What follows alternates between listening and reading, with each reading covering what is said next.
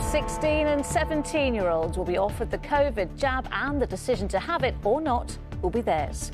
It will be rolled out in the next few weeks to slow the spread of the virus. Children are going to start going back to colleges and sixth forms, so there is no time to waste. Also tonight, Amazon announces new changes to cut waste. It faced a backlash after ITV News exposed how it was sending stock to be destroyed. Skateboarding her way into history, Sky Brown is the youngest Briton ever to win an Olympic medal. And I've got an idea. I know what it is. Really? Find out what Meghans has in mind as she celebrates her 40th with her famous friends.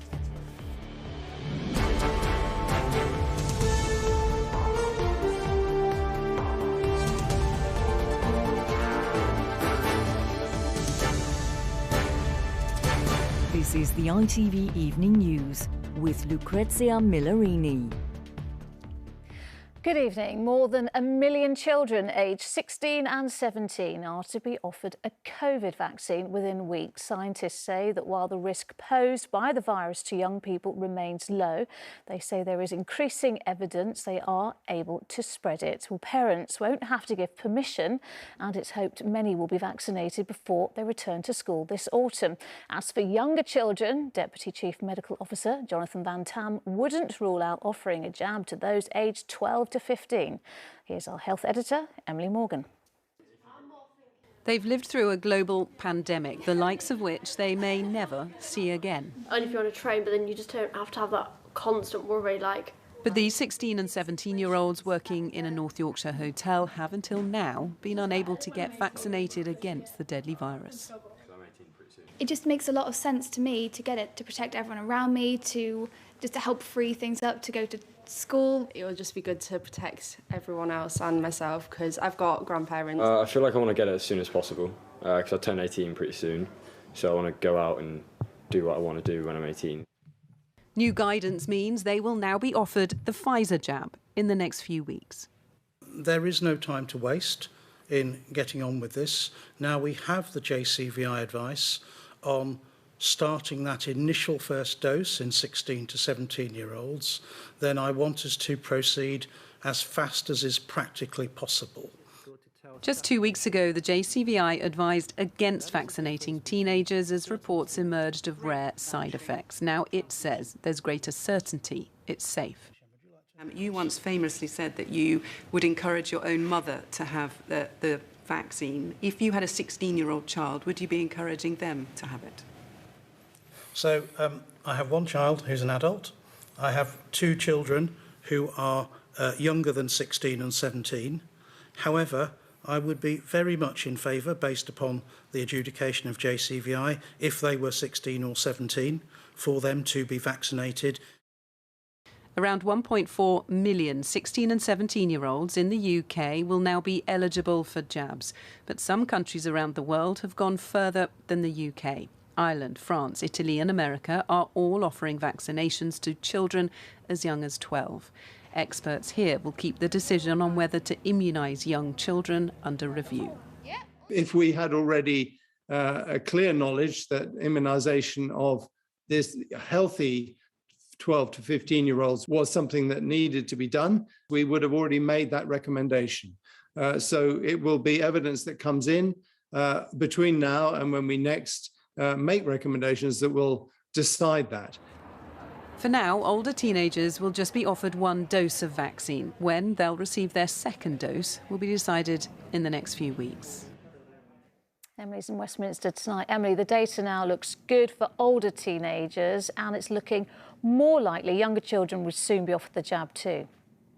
Yeah, well, I think that's really difficult to say, actually, because the JCVI simply won't speculate on what may or may not happen over the next few weeks. Put simply, haven't decided. They say there is time on their side to sit and wait and monitor the data still coming out of Europe and America. They will have to balance the benefits versus the risks of giving a vaccine to younger children. And of course, we all know COVID poses a much lower risk to children than it does to older people. So it will be a really difficult decision. That said, they have approved it for 16 and 17-year-olds. There is a really strong argument that vaccinating them will help benefit the wider society. So I think that'd have to be a really good reason not to extend it to youngsters now. I'm not sure we're going to get the decision before all of them go back to school, but tonight it's not a no, it's just a wait and see.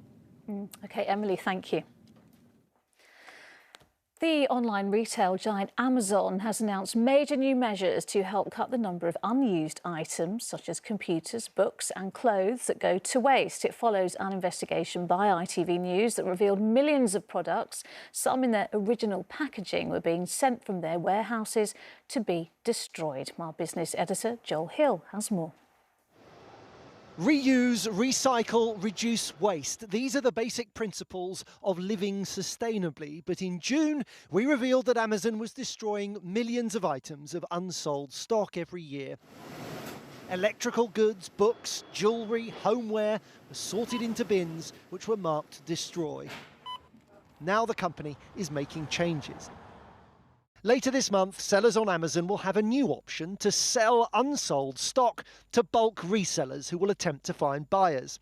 From today, sellers will have the option of reselling returned items. Amazon will grade the condition of stock from like new to acceptable. Amazon says the new measures will reduce waste, but it's not clear by how much. The pictures we broadcast were filmed at Amazon's warehouse in Dunfermline, but staff at 8 other sites told us they too had been asked to destroy new and unsold stock. In June, the former employee who exposed the scale of the waste wanted to remain anonymous. Now he wants his identity to be known. I think it's important that people know that it's a real person, a real face who came forward and who wants to see change. You wanted Amazon to change. Is this the change you were looking for? It's a step. It's not the change. It's not the headline change. But I think it's any small step is a good step. Amazon says it is committed to sustainability. Do you agree? Honestly, no. It's a matter that they got caught. Amazon says it's committed to reducing its impact on the planet, but some want the company to go further than it has. Amazon have been so reluctant to admit that they were doing this in the first place, to admit that they had a problem. So I now want to see them actually take it to heart, properly come clean about their practice that they've been undertaking in UK and their distribution network globally, and put in proper, robust measures that can transparently be checked. Amazon insists that no unsold goods are ever sent to landfill and that many are donated to charity. But the fact the company is making changes is an admission that more needs to be done. Joel, there are limits to what this announcement tells us, though. There are. Look, the new measures have been welcome, but it's hard to really assess how effective they will prove, not least because Amazon won't put a number on the amount of waste it produces in the UK every year, or how that number is likely to change as a result of these new rules. Now, encouraging bulk sellers to find homes for unsold stock sounds like a really good idea, but it's not clear what will happen to that stock if they fail to. Tonight, Greenpeace said it was a terrific idea, the creation of a second-hand market for returned goods, but says it beggars belief that Amazon hasn't done this sooner. The government will only say that it's monitoring the situation at Amazon very closely. If we're going to tackle climate change, we need to be more resource efficient. Amazon's the world's most successful retailer. The way it behaves really matters. All right, Joel Hills, thank you. To the Olympics, where 13-year-old Sky Brown has become Britain's youngest ever medal winner. Her bronze in the skateboarding was secured with maturity well beyond her years. She fell twice before delivering a medal-winning performance. Born in Japan to a British father, she chose to represent Team GB. Well, in total, Great Britain picked up 5 medals today, with golds in sailing and equestrian. From Tokyo, our sports editor, Steve Scott, reports. Most girls, a month into their teens, are not flying through the air at an Olympics en route to becoming Britain's youngest ever medalist. Even more remarkable, Sky Brown's bronze today followed a fractured skull and other broken bones in a fall last year. On her final run, after crashing twice on one particular trick, she went for it again. Another fail would have kept her out of the medals, fearless for one so young. The average age on the podium today, not even 15. It feels like a dream. I'm so happy to be here with my friends, and I'm really grateful, and I really want to show this to my family and friends. Skateboarding is, of course, one of the newer events, and like BMX, is capturing the imagination thanks to athletes like Sky Brown and Charlotte Worthington. These new, accessible sports are likely to play a far more significant role in the Olympics in the decades ahead. They'll compete for attention with the traditional sports like sailing, where today GB flag bearer Hannah Mills carved out another piece of Olympic history. With Ailid McIntyre, she defended her title from Rio to become Britain's most successful ever female sailor. Huge relief and just pride that we've pulled it off and we've done it as a team, and yeah, buzzing. Just gallop to the last. Another gold came Britain's way in the individual show jumping tonight. Ben Maher was a team champion at London 2012, this time on board Explosion. He did it all by himself. British boxer Ben Whittaker raised a few eyebrows, refusing to wear his silver medal. He later explained, "You don't win silver, you lose gold." So it was something he couldn't celebrate. The day ended in disappointment, and yet another Team GB superstar coming a cropper on the track. Oh no! Heptathlete Katarina Johnson-Thompson came into the Games nursing an Achilles injury, but it was a new problem that got the better of her in the 200 metres, and despite her determination to keep going, she later pulled out of the event, her Olympic dreams lying broken on the treatment table. Steve Scott, ITV News, Tokyo.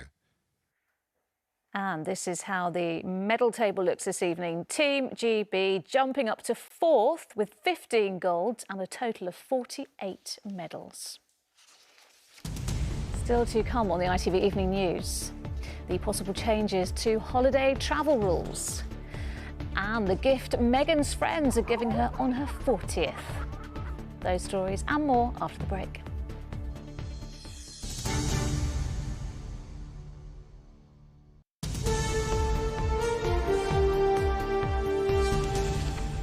Hello and welcome back. People hoping for a break abroad this summer are waiting on tenterhooks this evening as the government prepares to announce the latest changes to its travel traffic light system. Many eyes on what this will mean for popular tourist destinations, including France and Spain. The Prime Minister says he plans to take a balanced approach. Our consumer editor, Chris Choi, has more. Departing passengers are leaving, knowing that the government's travel rules might change whilst they're away. I do subscribe to, if you go out on vaccine programme to children aged 16 and 17. But, you know, changing it, as I say, 2 days after Team GB are up. is grossly unfair. So what could now change? France is likely to be at the centre of the update. On July the 19th, it was put into a new Amber Plus category. Even the double vaccinated have to isolate for 10 days on return. There are hopes that will change. On Spain, the most popular destination for Brits, government are deciding if the infection rate is low enough to keep it on the Amber list, where the double jabbed don't need to quarantine. And more countries with favourable data are expected to go on the green list, requiring no isolation on return. People yearn to go abroad this year. I totally get that. We've got to balance that against the need to protect our country against the influx of new variants. That first dip in the pool. Tour firms still hope for a late summer surge, but many in this industry say what happened with France worried customers. Has what happened to France affected public confidence in international travel, do you think? Customers need to know that they can book a holiday with confidence that things won't change at short notice. So when the Amber Plus category was brought in for France in particular, of course that affected people's confidence. That's why it's important that we go back to the original intentions of the traffic light system, which was to make sure that people had a nice straightforward way of knowing where they could book. I thought that was standard in France. In France tonight, holiday makers hoping for changes. We'll have the PCR test, but get rid of anything else and it's good news. It'd be nice if they cancelled the day 2 and day 8 tests, though. We've already paid for those and it's cost us £320. For holidaymakers tonight, a journey into the unknown as government prepares changes to shape the rest of summer for millions with travel plans. Chris Choi, ITV News.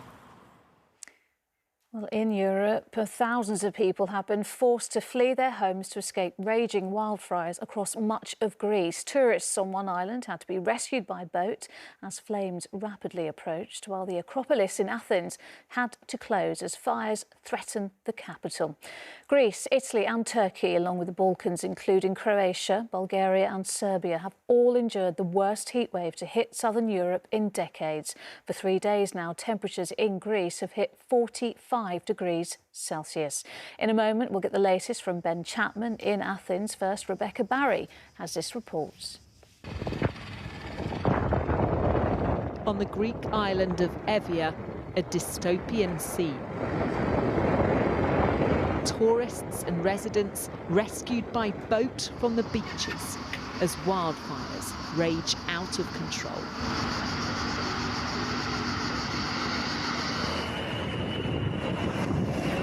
And a similarly apocalyptic feel on the outskirts of Athens. Thousands forced to flee as the fires spread. This is what was left behind. The blaze, so intense it turned metal molten.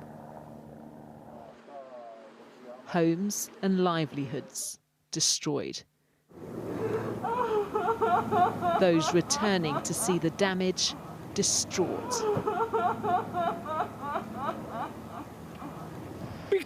This man says he feels bitter. You can't understand unless it happens to you. Extreme weather across the Mediterranean has fueled wildfires. Here in Turkey, the EU sent planes to douse the flames, fanned by strong winds and a heat wave that's turned the land into a tinderbox. Turkey's turquoise coast now rages orange and red. Fires have burnt here for 8 days, killing at least 8 people, the government criticised for its response. In the village of Oren, firefighters tried to stop the flames reaching a nearby power plant. And in the Balkans too, they battle. Parts of Albania, Kosovo and Croatia all feeling the impact of the latest extreme weather event to hit Europe this summer. Rebecca Barry, ITV News. Well, let's go to Ben Chapman in Athens. And Ben, what is the situation there tonight? Well, to give you a sense of how hot it is, it's just about 9 o'clock here. The sun has gone down and it is still around 35 degrees Celsius. The heat hits you like a wall when you get out of an air-conditioned building or car. Temperatures here have been up in the mid-40s this week, and all day here the smoke has hung in the air above this ancient city as a result of those fires raging just a few miles to the north of here. Now, firefighters have made some progress today in tackling those fires just close to Athens, but it is so hot and so dry that when they put one fire out, another one just pops up somewhere else, as we've seen on the island of Evia this afternoon. The country's Prime Minister has described it as a nightmare for firefighters to deal with. Now, this is Greece's worst heat wave for more than 30 years, and it's been caused by what meteorologists have described as a heat dome, an area of intense high pressure sitting still over this great swathe of southern Europe, acting like a lid on a pan, trapping hot air underneath it for day after sweltering day. And while it is difficult to draw a direct line from this heat wave to climate change, just like the floods in northern Europe earlier in this summer of extremes, scientists say these events are becoming more frequent and more intense. All right, Ben in Athens, thank you.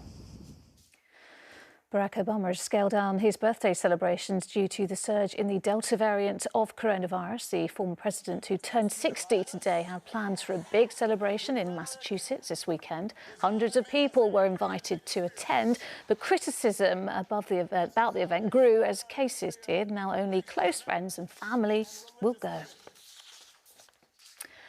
And finally, we end tonight's programme with something of an unusual gift for one of the most famous women in the world. The recipient, one Duchess of Sussex, Meghan, turns 40 today. As for those giving it, 40 of her closest and most famous friends. And surprisingly, it hasn't cost them anything at all. Chloe Keedy explains. Hey, Melissa, do you have a second? It's my 40th birthday and I've got an idea. Sitting at home in her California mansion, you might wonder what Meghan Markle could possibly want for her 40th birthday. I know what it is. Really? My first guess is at another photo shoot under a tree where you're looking very peaceful. Meghan's friend Melissa McCarthy is best known as one of the stars of the film Bridesmaids. I took 2 dogs already. They're in the back of my van. But her latest role is in this video, posted by the Duchess on her website and designed to keep everyone guessing. Are we finally getting matching tattoos? I mean... Well, you know, I already have something really similar across my back. This one's you. The answer, you might have guessed, is a gift for someone else. Well, 40 women, to be precise. Because I'm turning 40, I'm asking 40 friends to donate 40 minutes of their time to help mentor a woman who's mobilizing back into the workforce. Over 2 million women in the US alone and tens of millions around the world have lost their jobs due to COVID. And I think if we all do it and all commit 40 minutes to some sort of active service, we can create a ripple effect. For there is always light if only we're brave enough to see it. Among the Duchess's famous friends already signed up are the poet Amanda Gorman, speaking here at President Biden's inauguration, the singer Adele, the fashion designer Stella McCartney, who designed the dress the Duchess wore at her wedding reception, and Vogue editor Edward Enningful. If you'd be willing to let me guest edit. Yes, please. And who worked with the Duchess on a special edition of the magazine with a cover featuring 15 trailblazing women who have inspired her. According to one royal expert, this is a birthday surprise we should have expected. I think if you look at all of Meghan's, causes and initiatives that she's keen on and things she champions, women's empowerment and women, equality for women and women, having a say, whether that's in the workplace or on a kind of global platform, that's what really goes to her core, and that's what this initiative is all about. A film with a serious message, but not without one or two silly cameos from the birthday girl's family and friends. Chloe Keedy, ITV News. And that's it from me and all the team. Bye-bye.